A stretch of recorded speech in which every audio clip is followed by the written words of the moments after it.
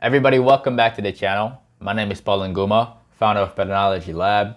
In today's very brief tutorial, I'll be teaching you exactly how to buy the dip. Buying the dip is kind of scary, especially if you're a beginner and you see the 4-hour chart and it's bright red, and you're the type of trader who is used to waiting for the stock to settle and waiting for confirmation before getting in. That is why I'm making this video, so stay tuned.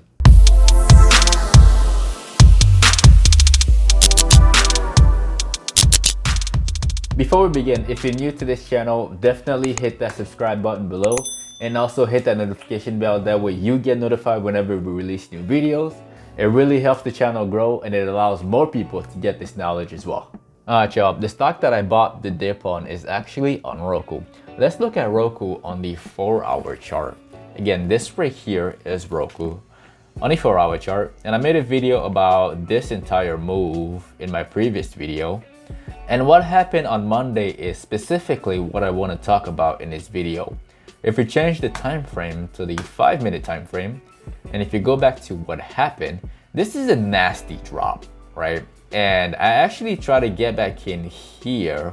If we go in the Robinhood account, we can see that I started buying Roku on Monday. This is Monday. I started buying the 117 call that expires on Friday, right at 9 o'clock. And 9 o'clock is in this candle right here. Okay, I was expecting this stock to bounce, and it did bounce, but later on that day it started forming a very bearish pattern, and I realized this was a bearish pattern right around 11:25ish. And then I was faced with only two options. If this pattern is as clean and as bearish as it looks, and it moves exactly the way I would want it as a short seller, would it be better if I just took a small loss or pretend that I'm a short seller and pretend that I bought puts on the stock to make money on the way down, and then buy calls at exactly where I would cover my puts? Now, if we dive into the Robinhood account again, we can see that I added on this position for $320 at exactly 205, and 205 on here is exactly right in here. Let me zoom in here.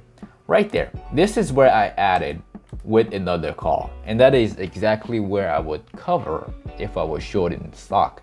And then I got in again with another call that was slightly above the money at exactly 230. And if you go on here, 230 is right at the end of this candle, right in here.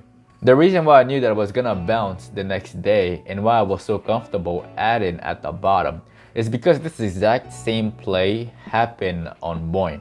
Let me bring that screenshot so y'all can see exactly what I'm talking about.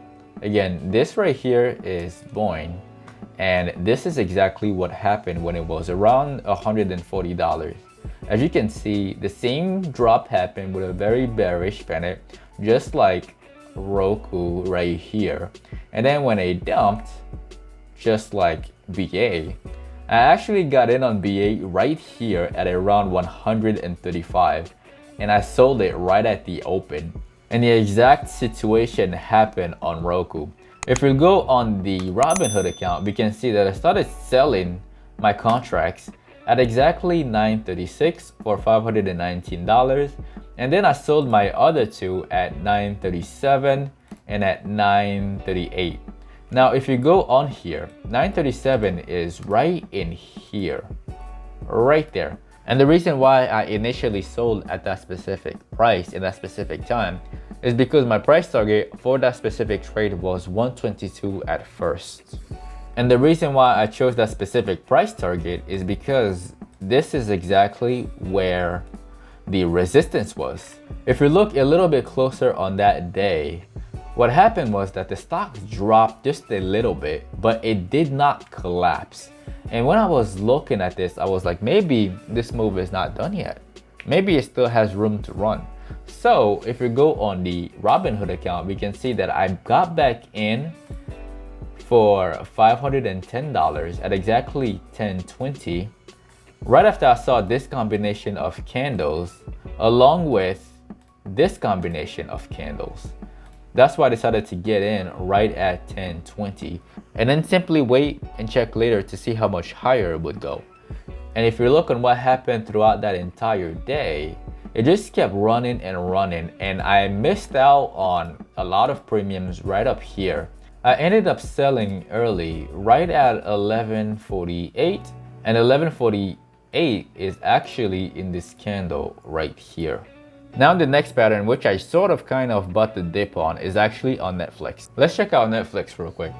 This right here is Netflix on the 5-minute chart, and I actually bought it on Monday as well when I started buying Roku. And the reason why I did so is because of this bullish triangle right here, right in here, right there. And if we go on the Robinhood account, we can see that I bought a call for exactly $300 at 11 a.m. and 11 a.m. is right in here. And my sole intention for this was supposed to be a day trade, to just get in at 11 a.m.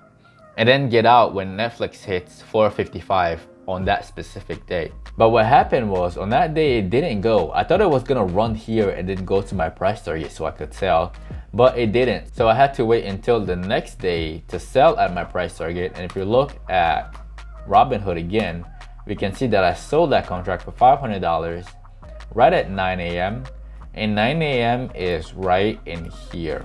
If you're a beginner and you like the way I trade and you like my strategy and you're interested in getting started in the stock market, I left some links down below to show you the specific steps to get started. I also left a link to my favorite day trading book in the comment section below. Hopefully it helps you understand the terms that I use in my videos and my day trading strategy, and also the market as a whole. If you have any questions, definitely put them in the comment section below. I will get back to you as soon as I can, or I will make another video about it and explain it to you and for everybody else who's watching. If you're new to this channel, definitely hit that subscribe button. And also don't forget to follow us on Instagram. I do post the patterns that I spot daily, and I do post my entries and my exits on there as well. My name is Paul with Patternology Lab, where we trade patterns and patterns only. And I will see y'all on the next one. Take care.